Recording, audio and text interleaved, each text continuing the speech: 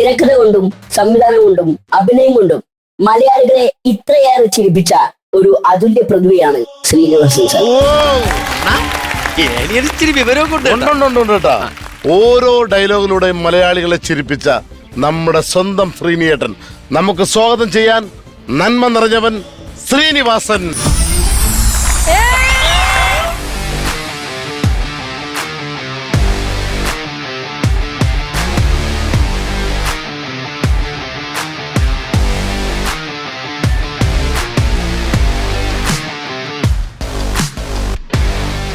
നമസ്കാരം ശ്രീനിയേട്ട and welcome to Comedy Masters Onam mega charge event. ശ്രീനിയേട്ടൻ മാത്രമല്ല, നമ്മളോടൊപ്പം വിമല ചേച്ചിയും ജോയിൻ ചെയ്തിരിക്കുകയാണ്.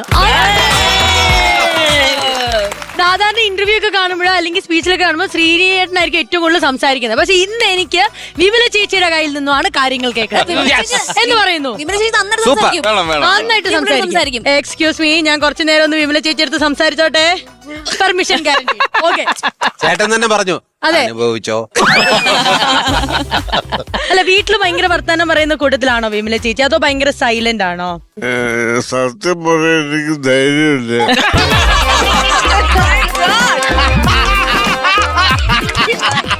സത്യം പറയാനുള്ള ധൈര്യമില്ല. അതെ, കാരണം ഇത് ചോദിക്കാൻ കാരണം എന്താ അറിയോ, ഇവരുടെ കല്യാണത്തിന്റെ ഒരു കഥ ഞാൻ കേട്ടിട്ടുണ്ട്.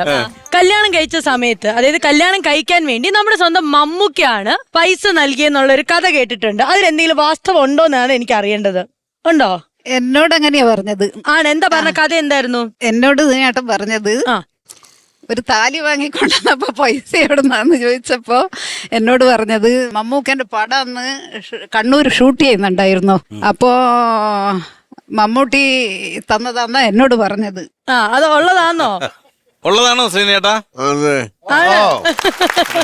പക്ഷെ മമ്മൂട്ടിനോട് വരണ്ടെന്ന് പറഞ്ഞില്ലേ? പറഞ്ഞു, അതാണ് ഞാൻ ചോദിക്കേണ്ടത്. പക്ഷെ ഈ ഇങ്ങനെ നിൽക്കുന്ന ഒരവസ്ഥയില് മമ്മൂക്കിനോട് അങ്ങോട്ടേക്ക് വരണ്ടെന്നും പറഞ്ഞു എന്ന് കേട്ടു. അതിന് അങ്ങനെ പറയാൻ കാരണം? അവിടെ ആള് കൂടിയാല് ഒരുപാട് ആൾക്കാർ എന്നെ കാണും. കല്യാണം കലങ്ങും.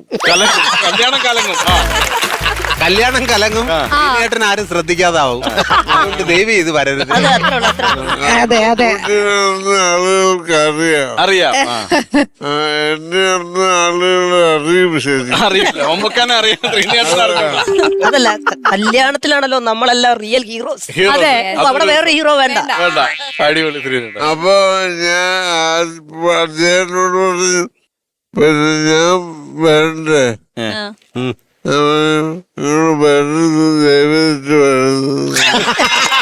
മമ്മൂക്കയുടെ അവസ്ഥ മമ്മി ചോദിക്കാൻ, ഞാൻ വരണ്ടേ? വേണ്ട പ്ലീസ്, സേവ് ചെയ്ത് ഇൻവിറ്റേഷൻ അല്ലേ തന്നത് തന്നെ ധാരാളം.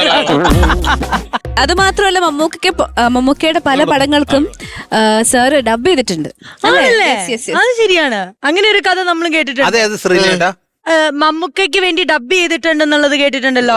ഒരു മാടപ്രാവിന്റെ കഥ ആലപ്പുഴ അട്രഫിന്റെ സംവിധാനത്തിൽ ഇറങ്ങിയ പടമായിരുന്നത്. ആ പടത്തിൽ ഞാൻ ഡബ് ചെയ്ത്. അത് കഴിഞ്ഞിട്ട് മമ്മൂട്ടി മദ്രാസിലും ഞാനത് മദ്രാസിലാണ്. മദ്രാസിൽ വന്നപ്പോ എന്നോട് പറഞ്ഞു, നീ പടം ഡബ് ചെയ്തല്ലേ, അത് വലിയൊരു ചതിയായിരുന്നു, എനിക്ക് കുറെ കാശ് കിട്ടാനുണ്ട്, തരാതിരിക്കാൻ വേണ്ടി അതിനെ കൊണ്ട് അപേപിച്ച്. എന്തിനാ ഡബ് ചെയ്യാൻ പോയത്? എനിക്ക് കുറച്ച് കാശ് കിട്ടാനുള്ള ഒരു മാടപ്രാവിന്റെ കഥ അല്ലേ? ആലപ്പുഴ